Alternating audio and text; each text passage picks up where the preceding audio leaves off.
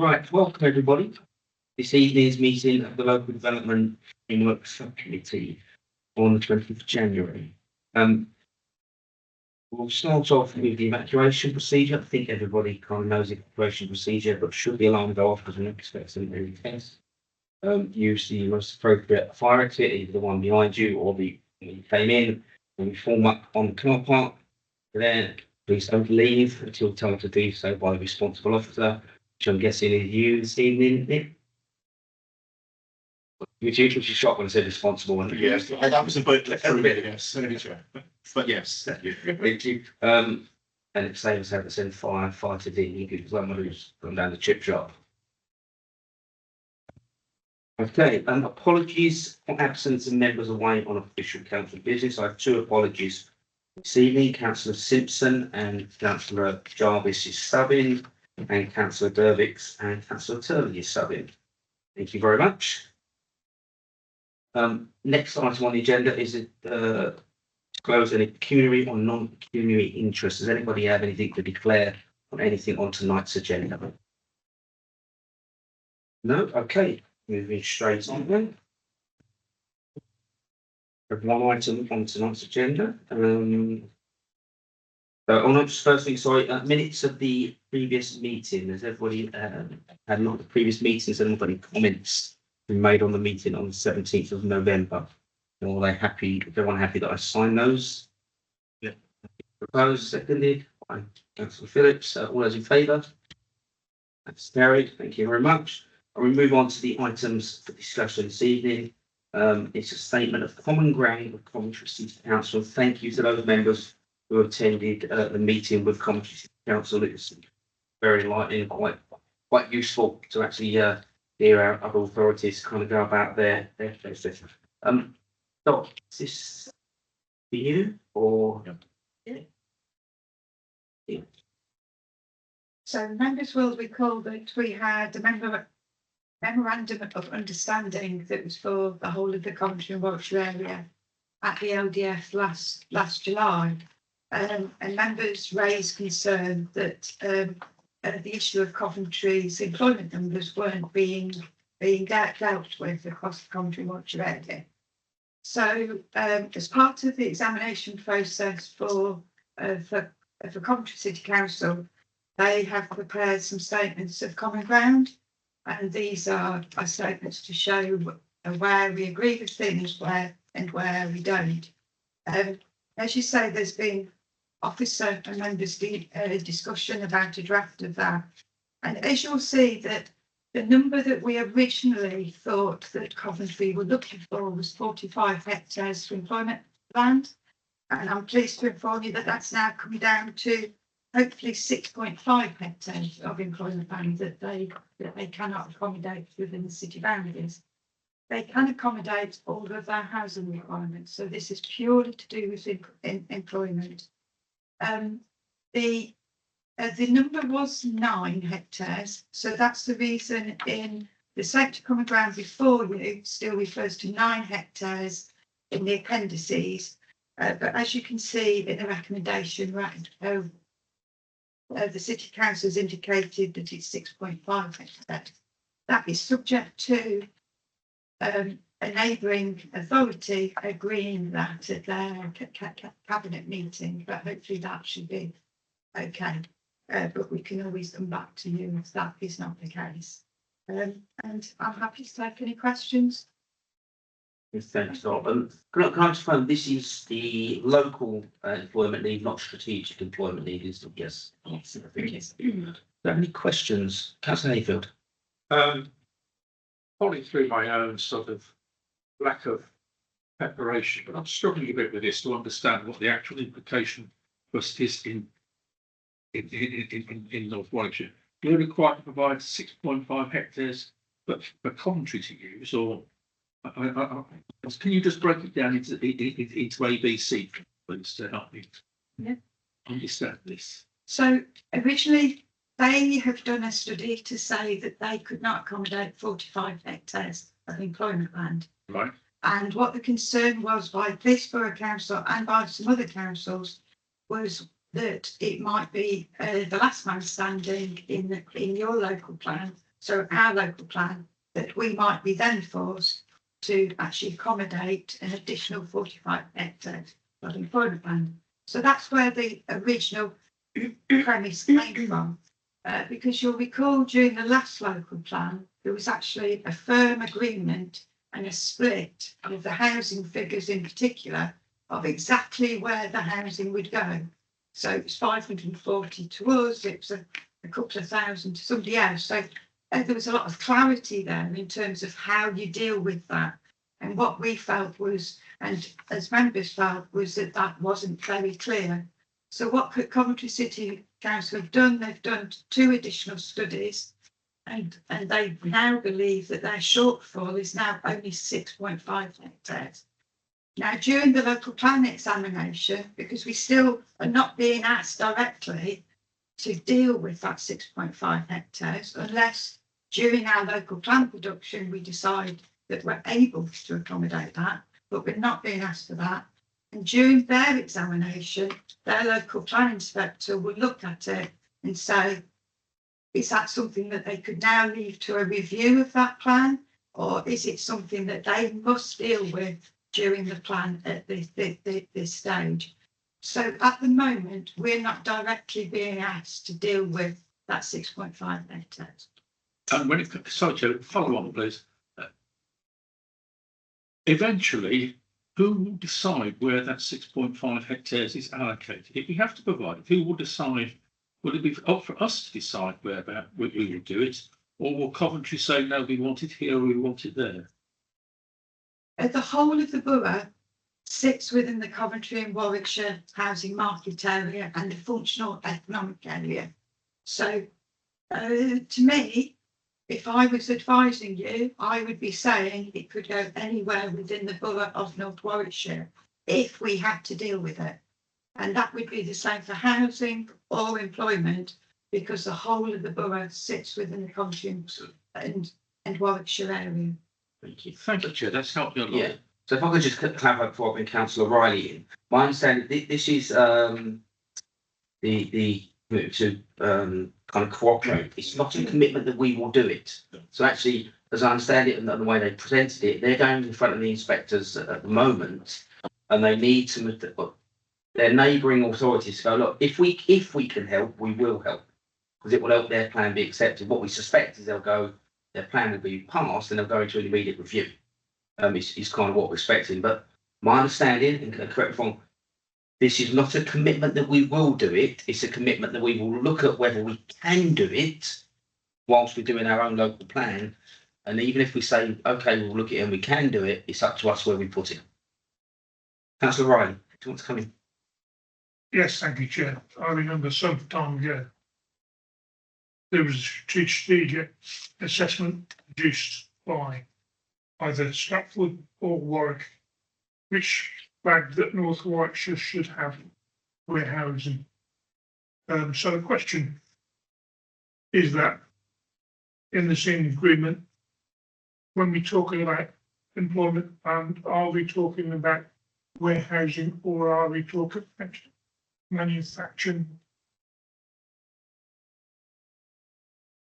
In terms of this, it is any employment that is categorised as local, but that could still fall within warehousing, manufacturing, and general industry. We did answer the question, Councillor Riley, at the meeting with them, and they did clarify that it's a mix, potentially a mix of B2, B8. But this is about the 6.5 hectares that they're asking for, rather than can we have a warehousing, can we have manufacturing? I understand. That's all. Yes, but I think the point with warehousing, it can only go to strategic sites supported by the road network, which means the motorway junctions in the borough, basically, isn't it? Yes, but once we've done the consultation, we will look at that in consideration around policies that are set from the consultation, also doing a strategic road network assessment. So, but yeah, it's a fair question to ask. Right, Councillor Hobley first. Thanks, Chair. Just to clarify, on the duty to cooperate, You're saying it's not a duty to cooperate. That's what I don't Right, understand. I will ask our colleagues, I'll ask Nick to explain this, because the duty to cooperate has changed. Yes, Yeah. right.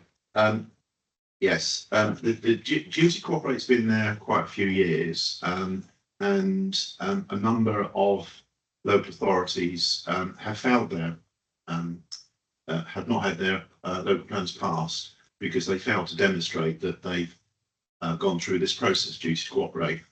So the emphasis is on duty to cooperate, but it doesn't mean a duty to agree. So what it means is that you consider the implications and you factor that into your local plan, and you try and agree as much as possible. And this is quite common around big cities when they can't necessarily accommodate their own growth and they look to the adjacent districts or boroughs. But it doesn't mean to say that it has to be agreed.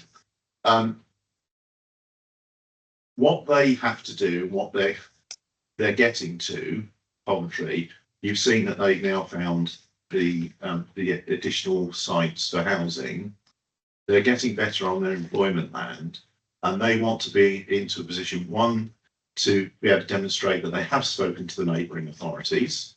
Tick, you know, we have said we're happy to talk to you, but at this point in time, we are not going to agree the 6.5. We'll bear it in mind, but we're not agreeing it de facto. And therefore that goes back to the inspector. So the inspector, or inspectors in this case, because they've got two inspectors, when the examination starts in March, the inspectors will look at this, they will look at all the other duty to cooperate and same as common ground, and they will say, okay, we see where you are with the housing, fine.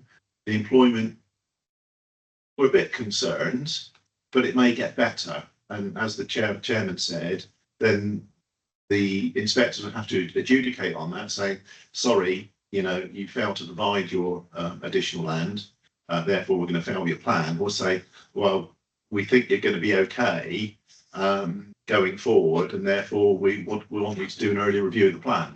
Because the plan normally lasts 15 years, but the inspectors might say, we want you to go straight into a review.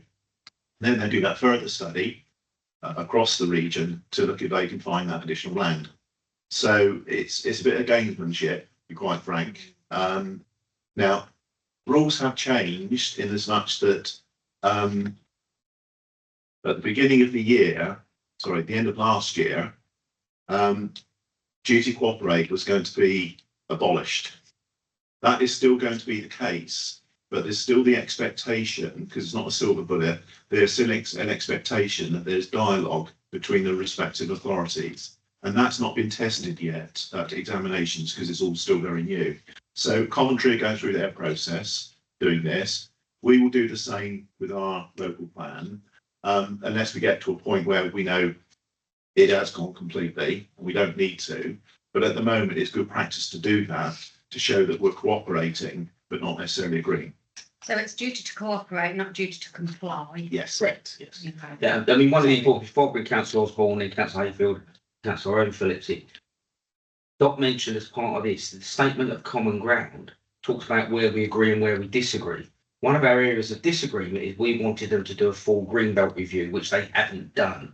Now, there is an employment site that they have refused planning consent on Greenbelt conditions because they're doing it under old rules.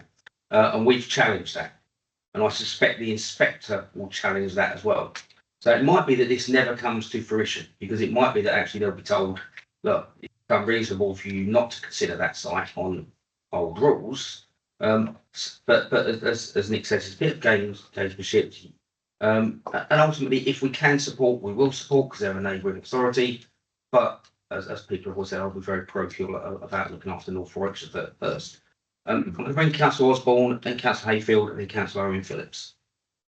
Yeah, thank you, Chair. More of a statement really than a question as such. There's more than 6.5 hectares of warehouse space at Birch Coppice that's not being used. Far more actually.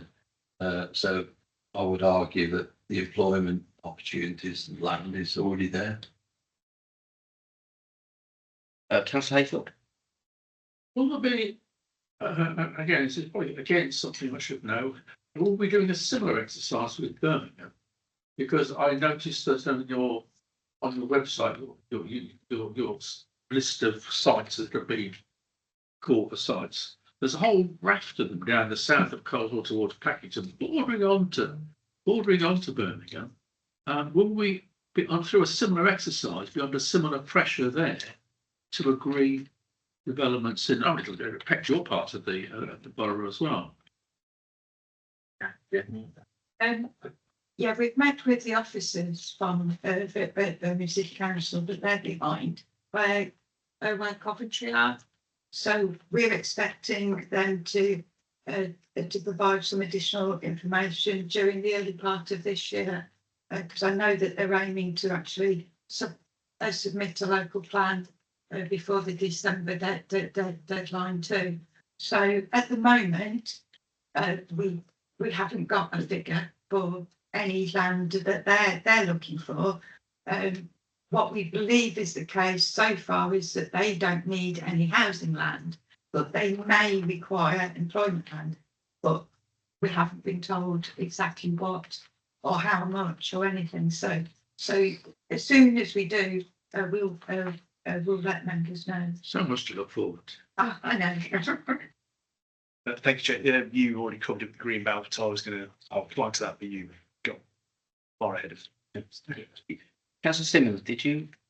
Yeah, it was just in sort of commenting on what Councillor Osborne said about, existing land and how it's, vacant in places, and actually when they're with our duty to cooperate, are we looking at land as just space?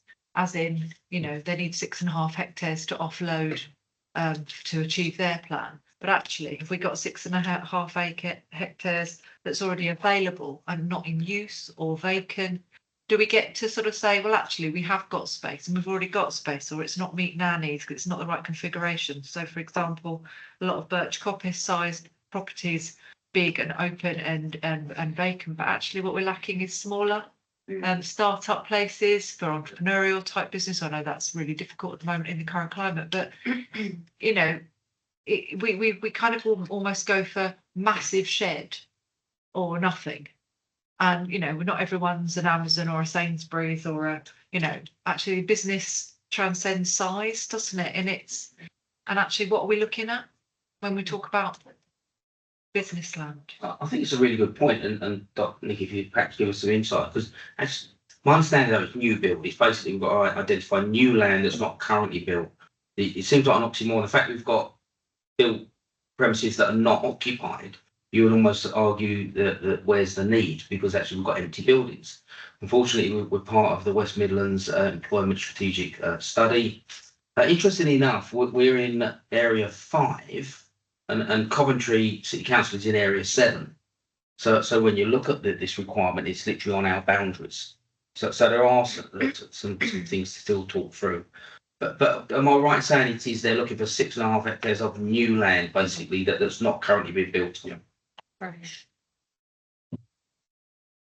Yeah, in terms of what we'll be looking for as part of the local plan, we've had an initial employment study done for the Borough Council, and that was looking at what is the churn, so to speak, of industrial sites, and what is it that is required.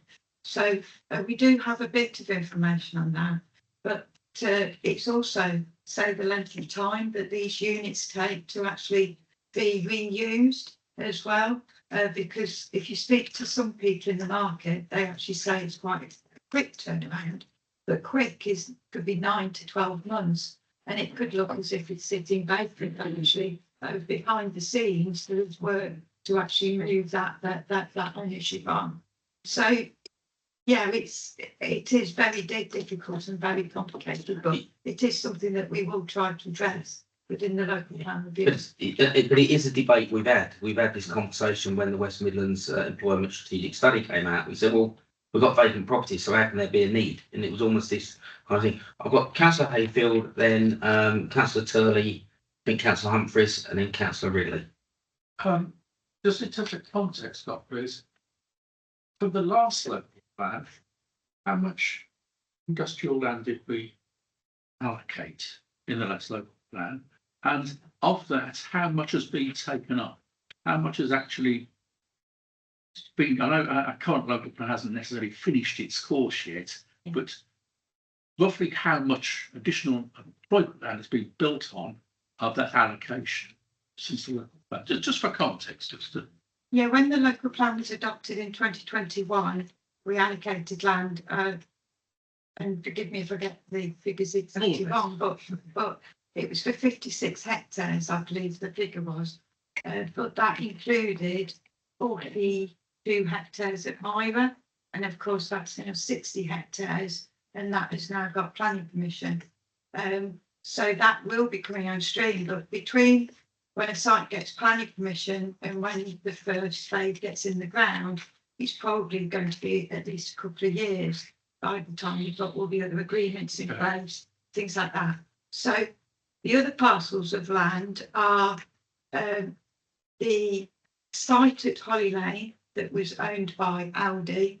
That got planning permission, but of course things are changing, so we're not quite sure what will happen there. The E2 and E3 site, E2 is to the west of Birch Coppice, and that includes land of our allotments as well. And I know that there's active discussions on development of that site. And E3 is on the other side of the entrance, but there's issues there because I think the Birch Coppice Club originally was going to move to the north, but now that's uncertain. So as part of the review, we've got to determine whether that is an allocation that we'd want to continue, or whether we actually say, well, no, if it comes forward as a windfall, maybe, but is it something that we now don't want to allocate? But in this local plan, it's around 42 hectares that we are proposing to allocate. So that would be around the need that we are talking for the local need. So there's a likelihood that if we allocate it, it will be developed during the lifetime of the forthcoming local plan. Yeah, I must admit, from my experience, once land is allocated for employment land, it's very rare that it stays around very long. Thank you. Thank you for The that. smaller sites have taken a bit longer than I was expecting, because I thought they might have been quick wins that could have come forward. Councillor Kirk. Yeah, it just seems a bit strange that we're using I know we've been metric for a long time, since 1972, but are they making it hectares because it's a more palatable figure to use? I mean, most of you guys and myself know what an acre looks like. A hectare, well, it's one of them funny sizes over there. That was my first part of the question. 16.5 acres we're talking about. When you say it like that, that's a lot of land to me. 6.5 hectares is postage stamp, small. It's not, it's the same size. That was the first bit. And if we have this amount of land still spare, because we have so many industrial units of whatever use, why are we not looking to make it into housing? Because they must be short on housing land as well as much as we are. Well, they can meet their housing need. They've actually already stated that with the work they've got ongoing, that they can meet that. In fact, they're meeting their housing need, and they don't need what we previously put in the plan for them. So that's gone. So they've addressed all of that need. Just a point of clarification, a hectare is 2.4 acres, not 2.471. So that's quite a different visual. Yeah, but it is. Is it making it to make it sound more palatable? I don't believe so. I think it's just a standard. That's good, because I'm rubbish I'm afraid at spatial awareness. It's what I always have used is hectares. I'm afraid I'm a metric person. Yeah, okay. Right, I'm gonna move to it. So I've got Councillor Humphreys, then I've got Councillor Ridley, and then Councillor Osborne. I don't want to disparage Nigel at all, but he's still doing bushels, cords and furlongs. I'm just thinking about you know, how long it takes to happen. And I'll use Mercia Park, which is just up the top of in Leicestershire, but just outside Warwickshire. That was a one site Jaguar Land Rover. We got to have it. It's desperate. We gave them planning permission. It's now 1, 2, 3, 4, 5, 6, 7 buildings, 4 different people on it, because obviously I own properties either had a major change or were not quite economical with the truth. I'm assuming if you're going to give 6.5 hectares, that'll end up, in fact, in terms of the built form, it'll be about 80%, it'll be about 12 acres. That's 500,000 square feet of building. But to put it into context with Mercia, one of the buildings up there is 550,000. One of them is 1.2 million. The other one is 880,000, and the other 3 are 350 and 315,000. So it's a massive site. The difference is, even if they are empty buildings, they want 60-foot high bay ability, etc. But this site has only come on over the last 3 to 4 years, and they're still not filled the last building. That's what worries me about. I know they've got to be speculative. They're building forward. They're building to be able to rent the properties, but 550,000 square feet could be one building, could be 3 or 4 buildings. Do they actually need it now, or are they building for the future? That's what I worry about. Well, part of the challenge for everyone doing their local plan is you are given a target to achieve, and it's a fair question, because you could build it and it might not get let, it might not get so-and-so, or it might not meet the need, or it might not be ideal for a particular business, or they want a different shape. And there's lots of things that are into context. And I'll sort of try to bring us back onto the agenda, because tonight's agenda is looking at this statement of common ground with countries. It goes back to the 6.5 hectares. And I say, my understanding, it's not a commitment to agree, it's a commitment, look, we'll consider it whilst we are going through our plan. It may well be that we say, look, we can't support you because we've got our own requirements for 40 odd hectares that we've got to find for our own target and our own number. That's a really I'll try and stay on track, but it was really interesting to meet the councillors from Coventry. It's always nice to get another perspective.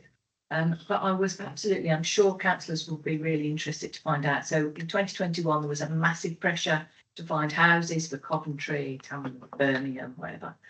And lo and behold, they turned up, no, we don't need any housing, we've sorted it out. And it was so interesting to find out that their housing needs are being met by the regeneration of their high streets. So single person accommodation, big family accommodation, retirement people accommodation, absolutely amazing. So my question to Dot is, when it comes to our duty to cooperate, can we actually reciprocate and say we can't, or whatever happens at the end, can we ask Coventry to help us with that sort of housing in our local plan? If we can't find the land and it is for whatever reason that we can't deliver our numbers, then we are well within our rights to ask our neighbours, just as our neighbours are asking us. But you have to go through that first process first of determining whether we can deal with our own needs, and then it's after then that you would have to go to neighbours. I mean, it's a question I actually asked them when the officer mentioned that they had a small surplus, and I immediately ears pricked up and went, oh, I mean, you could take some of ours then. They went, well, we have to have a leeway and 3%, etc. But it's a fair point, because it's a two-way street. This duty to cooperate, or this duty to, or statements of common ground, memorandum of understandings, it's a two-way street. So what's important for us is we're going through the consultation at the moment. We'll define the policies off the back of the consultation. We will then look at the call for sites. We'll look at what's been identified. We'll look at what's currently identified, what's still deliverable from what's currently identified, and the new plan come out. In an ideal world, it would all be in our own gift without too much grief and upset to our residents. In the real world, there's going to be challenges, and we know about our Greenbelt review. We know about our strategic road network. And the point's been made earlier about Councillor Riley around warehousing. It requires a road network. And we know some of our significant roads, the A5, 446, the M42, are all creaking. You know, we know that. So who was next? I think that's Osborne was next, didn't he? That's Osborne. Yeah, thank you, Chair. I know we've sort of meandered a little bit off the duty to cooperate of the 6.5 hectares, but it has been good to listen to everybody's thoughts that does reflect some of the questions that community would be asking. It does seem strange with employment land, the way it stands against housing. If you were to have that amount of housing standing empty, as you've got up Birch Coppice up there, and then you were to suggest, well, we're going to build thousands more, and even though we've got 3,000 empty here, we're going to build another 2,000. It wouldn't be considered. But for some strange reason, even though all of that is empty, and I know at least 2 massive places have been empty for 7 years, nothing. But that we're going to look to a call for sites to build some more. It just seems very odd. That's all. I was just going to propose. I'm happy to propose that we go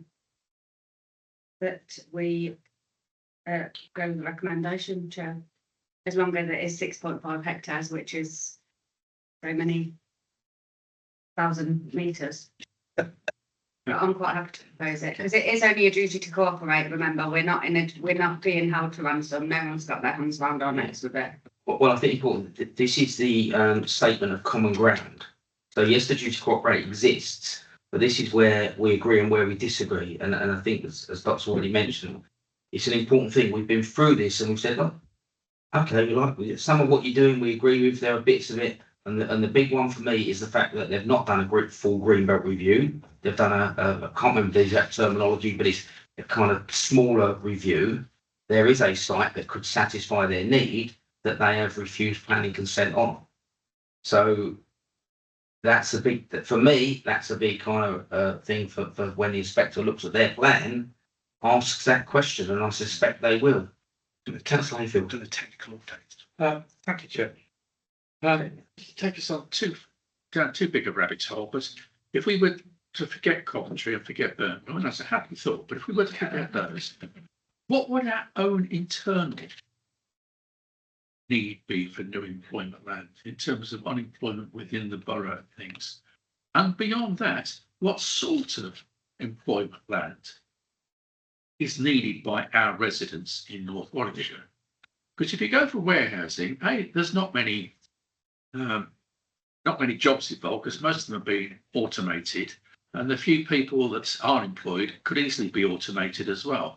In other words, they're low-paid jobs relatively, rather than high-skilled jobs. And if you get a low-paid job in a distribution centre somewhere in North Warwickshire, the chances are you're not going to be earning enough money to buy a house in North Warwickshire, which is why people come from Birmingham suburbs and Coventry, because they can afford to buy a house in there with that wage. Are we matching, or will we be matching? And I'm sorry to tell you that. Will we be matching our own employment needs in terms of what we need for the skills of notably the skills of our workforce in North Warwickshire, or are we just going to cram in a few more warehouses and things that can be filled with people from Chelmsley Wood? And Sorry, nothing against. And before I bring Dot in to answer that, it's a very valid question. We've had the debate, and many people in this chamber know I've been in my bonnet about how many people actually commute into our area. Yes. So there is a debate about, do we need more employment land? Fortunately, we're part of the West Midlands Employment Strategic Survey, which looks at the whole area. So it looks at it in a much more thing. We know we're part of the Golden Triangle. We've made the point several times. Actually, the Golden Triangle extends quite a lot north of us. So it's not just us. And the strategic road network is a key part of that. And Councillor Wright said it earlier, we would much prefer manufacturing, engineering, those types of jobs rather than just sheds that shift boxes, because there are relatively small numbers of employment. But this is about employment land. So this is, we assign a number and a big shed's a big shed. It's almost disconnected from how many jobs it creates in an odd way. Because it's about the land, it's about 6.5 hectares. You could have one person working in it, you could have 1,000 people working in it.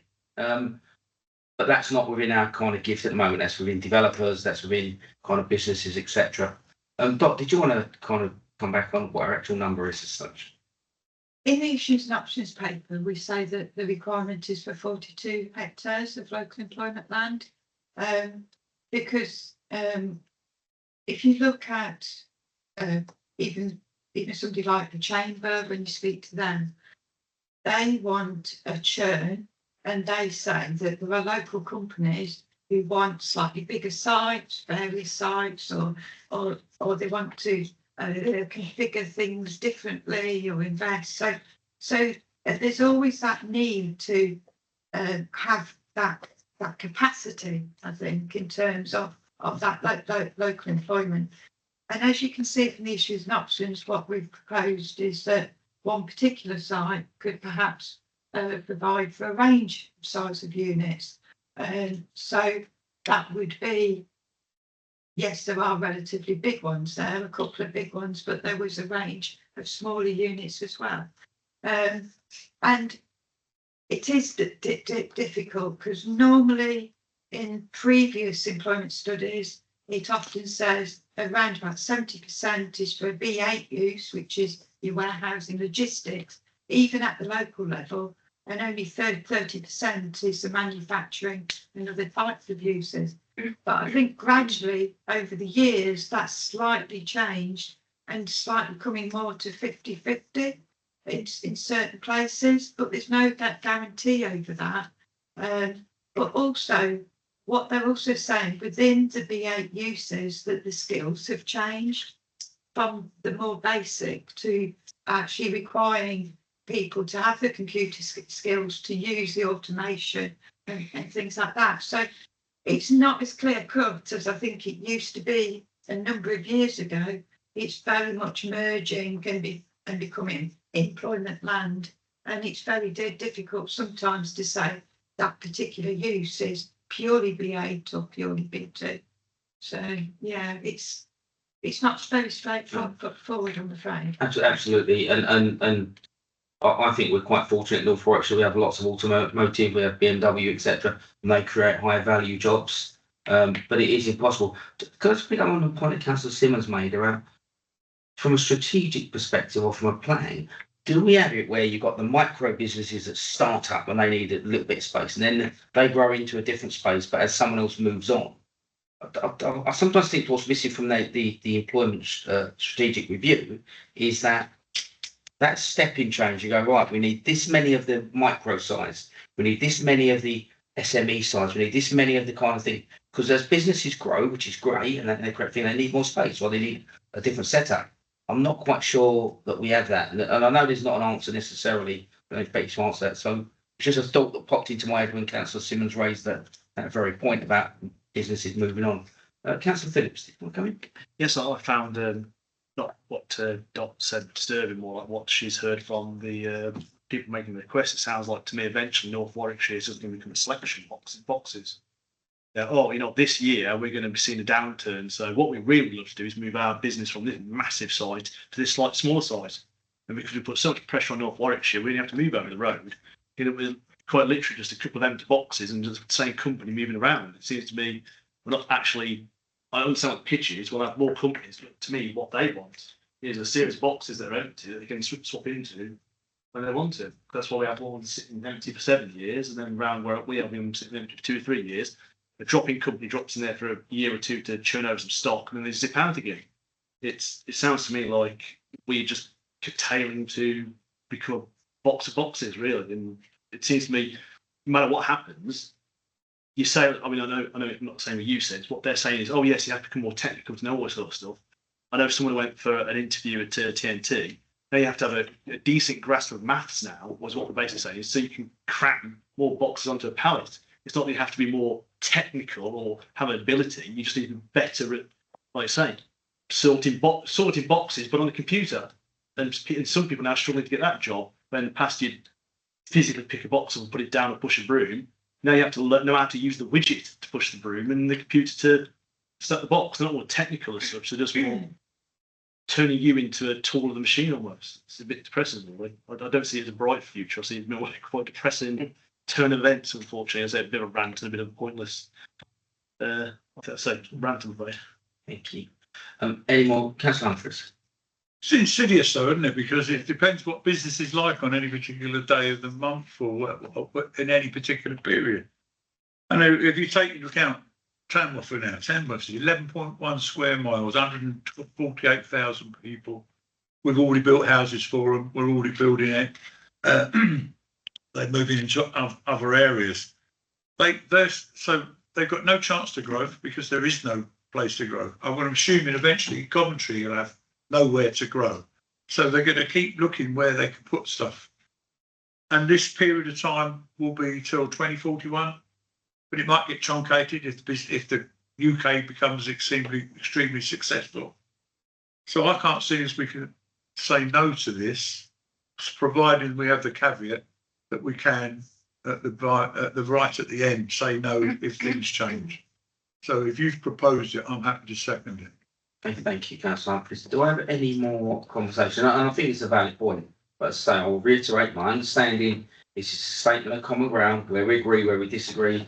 This is not a commitment that we will find on the 6.5 hectares of employment land.